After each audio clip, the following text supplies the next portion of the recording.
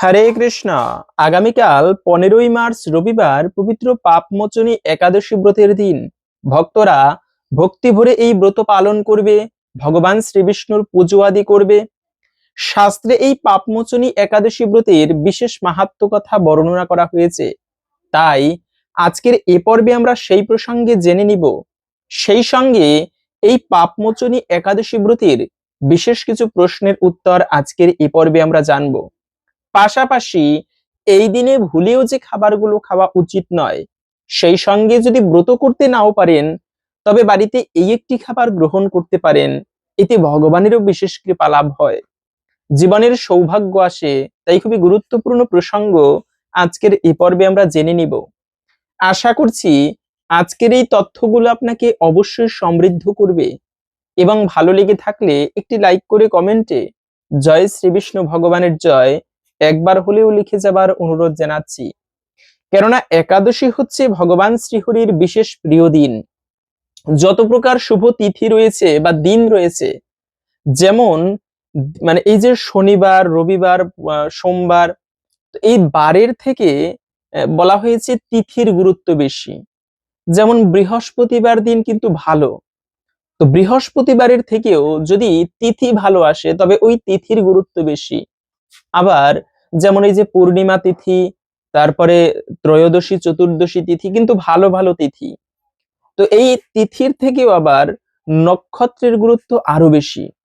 তো এরকম করেই একাদশী ব্রত হচ্ছে সমস্ত ব্রতের মধ্যে শ্রেষ্ঠ ব্রত। যত প্রকার শুভ দিন রয়েছে সব থেকে শ্রেষ্ঠ এবং ভগবান শ্রীহরির একটি বিশেষ প্রিয় দিন হচ্ছে একাদশী ব্রতের দিন।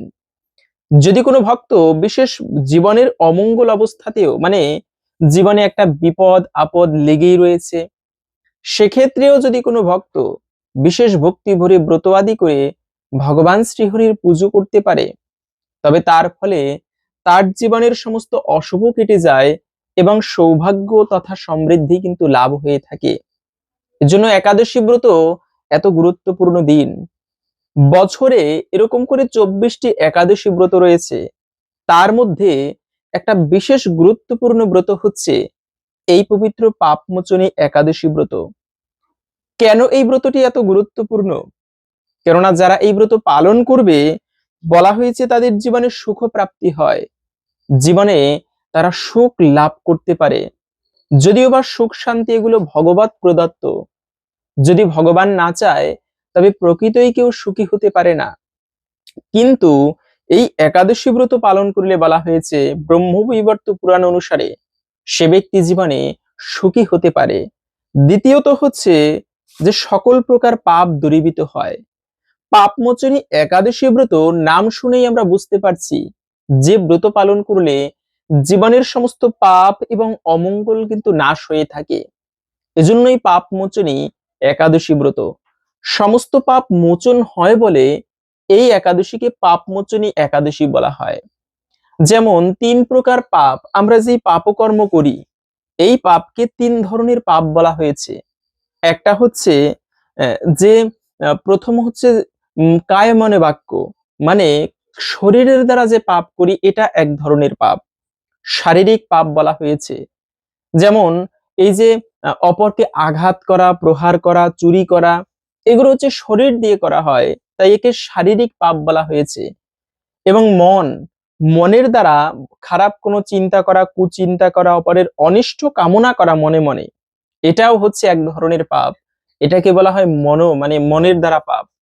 এবং আরেক ধরনের পাপ হচ্ছে বাক্য দ্বারা, একটা খারাপ ভাষা প্রয়োগ করা, গালিগালাজ করা। বিশেষ করে বাক্য পাপ হচ্ছে অপরের নিন্দা করা। একটা ব্যক্তি যে কাজটা করেনি না জেনে ওই নিন্দা করা, এটি সব থেকে বিশেষ ভয়ানক পাপের বলা হয়েছে। এর জন্য এই পাপটি আরেকটি বিশেষ ভয়ানক পাপ। তাই এই বিশেষত এই যে পাপ, এই 3 ধরনের পাপ, এই সমস্ত পাপ থেকে মুক্ত হওয়া যায়। মহাপাপিষ্ট যদি হয় কিন্তু একাদশী ব্রত ভক্তি ভরে পালন করে, তিনি সর্বপাপ থেকে মুক্ত হয়ে অন্তিমে বৈকুণ্ঠ ধাম প্রাপ্ত হতে পারে। এজন্য একাদশী ব্রত এত মাহাত্ম্যপূর্ণ বা এত বিশেষ গুরুত্বপূর্ণ। তো বিশেষত এই যে একাদশী ব্রত, আগামীকালকে শুরু হবে পাপমোচনী একাদশী। এই একাদশী তিথি শুরু হবে মূলত আজকে 14ই মার্চ শনিবার সকাল সেই 6টা 38 মিনিট থেকে, এবং থাকবে মূলত আগামীকাল 15ই মার্চ রবিবার সকাল 7টা 48 মিনিট পর্যন্ত। এই সময়টুকুর মধ্যে এই পবিত্র পাপমোচনী একাদশী তিথি থাকবে। সেজন্য উদয়া তিথি মেনে আমাদের এই একাদশী ব্রত পালন করতে হবে আগামী 15ই মার্চ রবিবার। এবং ব্রত যত ভালোভাবে করি না কেন, ব্রতের পালন অত্যন্ত গুরুত্বপূর্ণ বিষয়। আমাদের প্রত্যেকের একাদশী ব্রত পালন করার পরে সঠিক সময়ের মধ্যে পালন করতে হয়, তা না হলে ব্রতের পূর্ণ ফল লাভ হয় না। এজন্য ব্রত পালন যেমন একটা গুরুত্বপূর্ণ বিষয়, ব্রতের পালন করা তেমনই একটি গুরুত্বপূর্ণ বিষয়। তো এই একাদশী ব্রতের পালন করতে হবে পরদিন সকাল 6টা 6 মিনিট থেকে 10টা 7 মিনিটের মধ্যে। আপনার এটা হচ্ছে আপনারা পালন করবেন এই সময়ের মধ্যে। এবং আপনি যদি দূরদেশে থাকেন, সেখানে আপনি একাদশী ব্রত পালন করেছেন, কিন্তু পালনের সঠিক সময় যদি না জানেন, সেক্ষেত্রে আপনি আহ সকাল 7টা থেকে 9টার মধ্যে ভগবানের প্রসাদ দিয়ে ভগবানের কাছে প্রার্থনা করে পালন করে নেবেন, তাতেও একাদশী ব্রতের পালন হবে। তো যদিও আমরা অনেকে জানি কিভাবে একাদশী ব্রত পালন করতে হয়, তারপরেও সংক্ষেপে জেনে নিচ্ছি। একাদশী ব্রত হচ্ছে পবিত্রতম দিন। তাই এই দিনে একটুকু না খেয়ে থাকলেই কিন্তু ব্রত হয় না। এজন্য উপবাস কেন বলে? উপ মানে নিকটে, বাস মানে বাস করা, মানে হচ্ছে এই দিনে ভগবানের সন্নিকটে বাস করতে হয়, ভক্ত সান্নিধ্যে কাটাতে হয়। এজন্য এটা হচ্ছে প্রকৃত উপবাস। তো এই জন্য একাদশী ব্রতের আগের দিনে সংযমী হতে হয়, সাত্বিক খাবার গ্রহণ করতে হয়, মাছ মাংস রাজসিক দ্রব্য খাওয়া উচিত নয়, এবং নিরামিষ খাবার রুটি বা অন্ন প্রসাদ গ্রহণ করে রাত্র 11টার আগে খাবার খেয়ে দন্ত ধাবন বা দাঁত ব্রাশ করে নিতে হয়, তা না হলে দাঁতের গোড়ায় খাবার আটকে থাকে। এবং একাদশীর দিনে ওই খাবার পেটে গেলে এতে কিন্তু ব্রতে দোষ লাগে। ব্রত ভঙ্গ হয় না, কিন্তু ব্রতে দোষ লাগে, মানে ব্রতের সম্পূর্ণ ফল কিন্তু লাভ হয় না। এভাবে করে একাদশী ব্রতের আগের দিনটি কাটিয়ে একাদশীর দিনে খুবই ভোরে ভোরে ঘুম থেকে উঠতে হয়, কেন ওই দিনটি হচ্ছে মুখ্যত বিষয়। অন্যান্য দিনে ধর্ম কাজ করলে যে পুণ্যফল লাভ হয়, কিন্তু একাদশীতে ধর্ম কাজ করলে তার থেকে সহস্র গুণ বেশি পুণ্যফল প্রাপ্ত করা যায়। এই জন্য একাদশী ব্রত এত বিশেষ মাহাত্ম্যপূর্ণ, এত গুরুত্বপূর্ণ। তাই একাদশীর দিনে খুবই ভোরে ভোরে ঘুম থেকে ওঠা উচিত। এবং এই দিনটি ভগবান শ্রীহরির দিন। একাদশীকে বলা হয় হরিবাসর। তাই এই দিনে প্রথম কাজ হচ্ছে একটুকু স্নান আদি করে তারপরে ঠাকুর পুজো দেওয়া, কারণ এই দিনটি ভগবানের দিন। তাই ভগবানের পুজোটা বিশেষভাবে একাদশীর দিনে সকালবেলা আপনি পুজো দিতে না পারলেও অন্তত পক্ষে ভগবানের চরণে পুষ্পাঞ্জলি দিবেন, এবং পুষ্পাঞ্জলি দিয়ে একাদশী ব্রত পালন করার জন্য প্রার্থনা করতে হয়, হে হরি, আমি আজকে একাদশী ব্রত পালন করব, তুমি কৃপা করে আমাকে আমাকে তুমি কৃপা করো, এবং এই একাদশী ব্রত যেন আমি নির্বিঘ্নে সম্পূর্ণ করতে পারি, সেই আশীর্বাদ আমাকে প্রদান করো। এভাবে করে ভগবানের কাছে বিশেষভাবে প্রার্থনা করে তারপরে এই একাদশী ব্রতের পালন করতে হয়। পাশাপাশি হচ্ছে এই একাদশীর দিন আরেকটা খুবই গুরুত্বপূর্ণ বিষয়, তা হচ্ছে যে কৃষ্ণ নাম মন্ত্র জপ।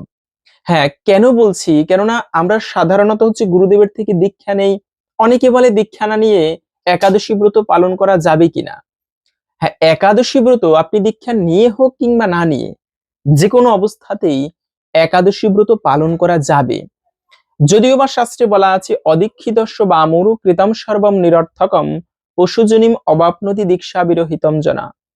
অদীক্ষিত ব্যক্তির সকল ধর্মকর্ম নিরর্থক হয়ে যায় এবং সে ব্যক্তি পশুজনি লাভ করে। কিন্তু হলেও এই একাদশী ব্রত ভগবানের নাম জপ যে কেউ করতে পারবে।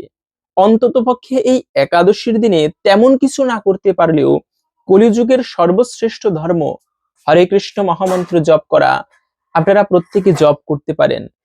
এর উপরে শ্রেষ্ঠ কোনো সাধনা নেই এই কলিযুগে। আপনারা সেই মন্ত্র অন্ততপক্ষে এই দিনে জপ করতে পারেন। পাশাপাশি হচ্ছে তুলসী দান। জীবনে যদি যদি বেশি বেশি বিপদ আপদ হয় বা অমঙ্গল অশুভ লেগেই থাকে, তবে সেক্ষেত্রে আপনারা 108টা তুলসী পত্র ভগবান শ্রী নৃসিংহদেবের চরণে নিবেদন করতে পারেন। কেননা নৃসিংহদেব হচ্ছে ভক্তবৎসল, ভক্তদেরকে বিশেষভাবে কৃপা করে থাকে এই নৃসিংহদেব।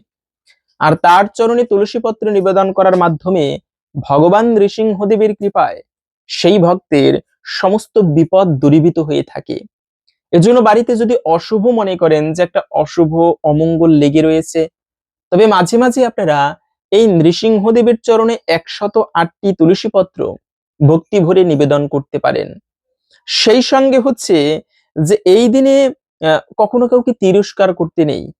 আমরা অনেকে আছে ব্রত পালন করি, কিন্তু ব্রত করার পরে তারপরেও একাদশীর মতো পবিত্রতম দিন, ওই দিনে আমরা ঝগড়া করি। ঝই ঝামেলা, ঝগড়া, খারাপ ভাষা প্রয়োগ করা। ব্রত মানে কি? শুধুমাত্র না খেয়ে থাকলেই ব্রত হয় না। এই দিনে সংযত হয়ে, সংযমী হয়ে তারপরে ভগবানের সাধনায় নিজেকে যুক্ত করাকে ব্রত বলে বা উপবাস বলে। তো এই জন্য আপনি ব্রত করেছেন, অথচ একটা ব্যক্তিকে দেখেছেন তাকে তিরস্কার করতে শুরু করেছেন, ঝগড়া বা অপশব্দ প্রয়োগ করা, এমনকি মিথ্যা কথা বলতে পর্যন্ত বলা উচিত নয় একাদশীর দিনে। এতে কিন্তু ব্রতে দোষ লাগে। শুধুমাত্র উদ্দেশ্য একটু না খেয়ে থাকাটাই নয়, মূলত এই দিনে ধর্ম কাজ করার দিন। কেননা যমরাজ নিজে বলেছেন যমদূতদেরকে, যারা একাদশী ব্রত পালন করে তাদেরকে কখনো যমলোকে আনবে না। তারা দেবতাদেরও দুর্লভ, আমাদেরও প্রণম্য। এজন্য মহাদেব সহ মা পার্বতী ব্রত করে, আবার পঞ্চ পাণ্ডবের সাথে দ্রৌপদী ব্রত করত। তাই এই একাদশী ব্রত এর জন্য এত গুরুত্বপূর্ণ। পাশাপাশি হচ্ছে একাদশীর দিনে ভুলেও আরেকটি কাজ করতে নেই, তা হচ্ছে কখনো কারো নিন্দা করতে নেই। আমরা কি হয় যে এক জায়গায় বসলে কে কি করেছে, কোথায় কি হয়েছে, মানে সমস্ত নিন্দা মন্দ আদি শুরু হয়ে যায়। কিন্তু অন্ততপক্ষে একাদশীর মতো পবিত্রতম দিনে কখনো কারো উচিত নয় অপরের নিন্দা করা। এই নিন্দার ফলে জীবনে কিন্তু ভালো কিছু হয় না। একটা অশুভ এবং অমঙ্গল জীবনে, এই যে আপনি না জেনে অপরের নিন্দা করা, একটা ব্যক্তি হয়তো বা ওই কাজটা করেনি, কিন্তু ওইটার যদি নিন্দা করা হয়, তাহলে ওই পাপের ফল নিজের উপরে এসে বর্তায়। এজন্য নিন্দা থেকে যতটা সম্ভব দূরে থাকা উচিত, অন্ততপক্ষে একাদশীর মতো পবিত্রতম দিনে। আর জগতে যত প্রকার অপরাধ রয়েছে তার মধ্যে একটি ভয়ানক অপরাধ হচ্ছে বৈষ্ণবের নিন্দা করা। তাই আসুন আমরা এখন কিছুক্ষণ সময় ধৈর্য ধরে এই একাদশী ব্রতের বিশেষ মাহাত্ম্য কথা জেনে নিচ্ছি। যারা এই একাদশী ব্রত পালন করবে তারা কি ফল প্রাপ্ত করতে পারে। কেননা শ্রবণম মঙ্গলম, এই শ্রবণ করার মাধ্যমে অনেকাংশেই এই একাদশী ব্রতের বিশেষ পুণ্য ফল লাভ করা যায়। এরপরে আমরা ভিডিওর মূল প্রসঙ্গ জেনে নিচ্ছি। এই একাদশী ব্রতের দিনে যে খাবারগুলো ভুলেও খেতে নেই, এবং যারা ব্রত করবেন কিংবা না করতে পারবেন, তারা আপনারা এই একটি খাবার খেয়েও এই ব্রত পালন করতে পারেন। এতেও বিশেষ শ্রীহরির কৃপা লাভ হয়। তাই প্রথমত জেনে নিচ্ছি এই পাপমোচনী একাদশী ব্রতের মাহাত্ম্য কথা। যুধিষ্ঠির শ্রীকৃষ্ণকে বললেন, হে জনার্দন, চৈত্র মাসের কৃষ্ণপক্ষের একাদশীর নাম ও মাহাত্ম্য কৃপা করে আমাকে বলুন। শ্রীকৃষ্ণ বললেন, হে ধর্মরাজ যুধিষ্ঠির, আপনি ধর্ম বিষয়ক প্রশ্ন করেছেন। এই একাদশী সকল সুখের আধার, সিদ্ধি প্রদানকারী ও পরম মঙ্গলময়, সমস্ত পাপ থেকে নিস্তার বা মোচন করে বলে এই পবিত্র একাদশী তিথি পাপ মোচনী নামে প্রসিদ্ধা। রাজা মান্দাতা একবার লোমশ মুনিকে এই একাদশীর কথা জিজ্ঞাসা করেছিলেন। তার বর্ণিত সেই বিচিত্র উপাখ্যানটি আপনার কাছে বলছি, আপনি মনোযোগ দিয়ে তা শ্রবণ করুন। প্রাচীনকালে অতি মনোরম চৈত্ররথ পুষ্প উদ্যানে মুনিগণ বহু বছর ধরে তপস্যা করতেন। একসময় মেধাবী নামে এক ঋষিকুমার সেখানে তপস্যা করছিলেন। মঞ্জুঘোষা নামে এক সুন্দরী অপ্সরা তাকে বশীভূত করতে চাইল, কিন্তু ঋষির অভিশাপের ভয়ে সে আশ্রমের 2 মাইল দূরে অবস্থান করতে লাগলো। বীণা বাজিয়ে মধুর স্বরে সে গান করত। একদিন মঞ্জুঘোষা মেধাবীকে দেখে কামবাণে পীড়িতা হয়ে পড়ে। এদিকে ঋষি মেধাবীও অপ্সরার অনুপম সৌন্দর্য দেখে মুগ্ধ হন। তখন সেই অপ্সরা মুনিকে নানা হাবভাব ও কটাক্ষ দ্বারা বশীভূত করে। ক্রমে কামপরবশ মুনি সাধন ভজন বিসর্জন দিয়ে তার আরাধ্য দেবকে বিস্মৃত হন। এইভাবে অপ্সরার সাথে কামক্রীড়ায় মুনির বহু বছর অতিক্রান্ত হলো। মুনিকে আচারভ্রষ্ট দেখে সেই অপ্সরা দেবলোকে ফিরে যেতে মনস্থ করলো। একদিন মঞ্জুঘোষা মেধাবী মুনিকে বলতে লাগলো, হে প্রভু, এখন আমাকে নিজ গৃহে ফিরে যাবার অনুমতি প্রদান করুন। কিন্তু মেধাবী বললেন, হে সুন্দরী, তুমি তো এখন সন্ধ্যাকালে আমার কাছে এসেছো, প্রাতকাল পর্যন্ত আমার কাছে থেকে যাও। মুনির কথা শুনে অভিশাপ ভয়ে সেই অপ্সরা আরো কয়েক বছর তার সাথে বাস করলো। এইভাবে বহু বছর, 55 বছর 9 মাস 7 দিন অতিবাহিত হলো। দীর্ঘকাল অপ্সরার সহবাসে থাকলেও মেধাবীর কাছে তা অর্ধরাত্রি বলে মনে হলো। মঞ্জুঘোষা পুনরায় নিজ স্ত্রীকে নিজ স্থানে গমনের প্রার্থনা জানালে।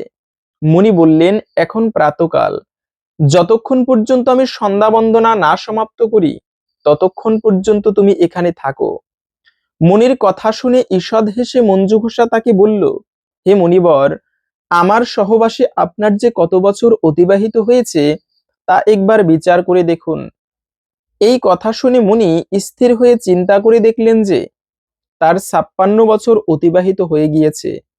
মুনি তখন মঞ্জুঘোষের প্রতি ক্রোধ পরবশ হয়ে বললেন, রে পাপিষ্ঠে দুরাচারিণী, তপস্যার ক্ষয়কারিণী, তোমাকে ধিক, তুমি পিশাচী হও। মেধাবীর শাপে অপ্সরার শরীর বিরূপ প্রাপ্ত হলো। তখন সে অবনত মস্তকে মুনির কাছে শাপ মোচনের উপায় জিজ্ঞাসা করলো। মেধাবী বললেন, হে সুন্দরী, চৈত্র মাসের কৃষ্ণপক্ষিয়া পাপমোচনী একাদশী সর্বপাপ ক্ষয়কারিণী। সেই ব্রত পালনে তোমার পিশাচত্ব দূর হবে। পিতার আশ্রমে ফিরে গিয়ে মেধাবী বললেন, হে পিতা, এক অপ্সরার সঙ্গদোষে আমি মহাপাপ করেছি, এর প্রায়শ্চিত্ত কি তা কৃপা করে আমায় বলুন। উত্তরে চবনমুনি বললেন, চৈত্র মাসের কৃষ্ণপক্ষিয়া পাপমোচনী একাদশী ব্রতের প্রভাবে তোমার পাপ দূর হবে। পিতার উপদেশ শুনে মেধাবী সেই ব্রত ভক্তি ভরে পালন করলো। তার সমস্ত পাপ দূর হলো। পুনরায় তিনি তপস্যার ফল লাভ করলেন। মঞ্জুঘোষাও ওই ব্রত পালনের ফলে পিশাচত্ব থেকে মুক্ত হয়ে দিব্যদেহে স্বর্গে গমন করলো। হে মহারাজ, যারা এই পাপমোচনী একাদশী ব্রত পালন করেন তাদের পূর্বকৃত সমস্ত পাপই ক্ষয় হয়। এই ব্রতকথা পাঠ ও শ্রবণে সহস্র গোদানের ফল লাভ হয়ে থাকে। তো এই হচ্ছে মূলত পবিত্র পাপমোচনী একাদশী ব্রতের মাহাত্ম্য কথা। আশা করি বুঝতে পেরেছেন এই একাদশী ব্রত পালন করলে আমরা কি ফল প্রাপ্ত হতে পারি। এজন্য আপনি নিজে এই একাদশী ব্রত পালন করুন এবং সবার মাঝে ছড়িয়ে দিন, যেন সবাই আমরা এই একাদশী ব্রতের মাহাত্ম্য প্রসঙ্গে জেনে উৎসাহী হই পালন করতে। তবে এই একাদশীর দিনে আপনি ব্রত করেন কিংবা না করেন, ভুলেও যে খাবারগুলো খেতে নেই তার মধ্যে প্রথমত হচ্ছে পঞ্চরবি শস্য কোনো খাবার খেতে নেই। ধান জাতীয় খাবার, গম জাতীয় খাবার, ভুট্টা জাতীয় খাবার, যে কোনো প্রকার ডাল, তারপরে হচ্ছে সরিষা, সয়াবিন তেল, এমনকি সবজি রান্না করে অনেকে খায়, এটা খেতে পারেন। কাঠবাদাম, কাজু বাদাম, মিষ্টি কুমড়া, মিষ্টি আলু, পেঁপে, কাঁচকলা। তবে সূর্যমুখী তেল, ঘি অথবা বাদাম তেল দিয়ে রান্না করবেন। কিন্তু পঞ্চরবি শস্য বা যে কোনো প্রকার শাক, বেগুন, পটল, এগুলো কিন্তু ভুলেও খেতে নেই। সেই সঙ্গে যদি সেভাবে ব্রত করতে নাও পারেন, আপনারা যে একটি খাবার খেলেই মঙ্গল হয় না একাদশীতে। মূলত এই দিনে পঞ্চরবি শস্য অবশ্যই বর্জন করতে হবে। তবে সেই সাথে যদি কষ্ট হয়ে যায়, আপনারা সবজি রান্না করে, সূর্যমুখী তেল না হলে ঘি দিয়ে রান্না করে ভগবানকে ভোগ নিবেদন করে ওই প্রসাদ গ্রহণ করতে পারেন। কেন, প্রসাদ হচ্ছে এমন একটি দিব্য খাবার, ভগবানের অধরামৃত, যা গ্রহণ করলে জীবন পবিত্র হয়ে যায়। কলিযুগে শুধুমাত্র জগন্নাথের প্রসাদ গ্রহণ করেও ভক্ত মুক্তি লাভ করতে পারে, এমনটাও শাস্ত্রে বলা আছে। তাই তো বলা আছে, প্রসাদে সর্বদুঃখানাম হানিরস্য পূজায়তে, প্রসাদের মাধ্যমে সমস্ত দুঃখ দূরীভূত হয়। তো তাই আপনারা এই দিনে ব্রত পালন করে ভগবানের প্রসাদ গ্রহণ করলে এতে জীবনে একটুকু হলেও ভগবানের কৃপা লাভে ধন্য হয়। তো যদি ভালো লেগে থাকে আজকের এই পর্বটি, অবশ্যই একটি লাইক করে কমেন্টে জয় শ্রী বিষ্ণু ভগবানের জয় একবার হলেও লিখে যাবার অনুরোধ জানাচ্ছি। ভগবান শ্রীহরির কৃপায় সকলের জীবনের দুঃখ দূরীভূত হোক, এই কামনা করে আজকের ভিডিওটি এখানে সমাপ্ত করছি। হরে কৃষ্ণ।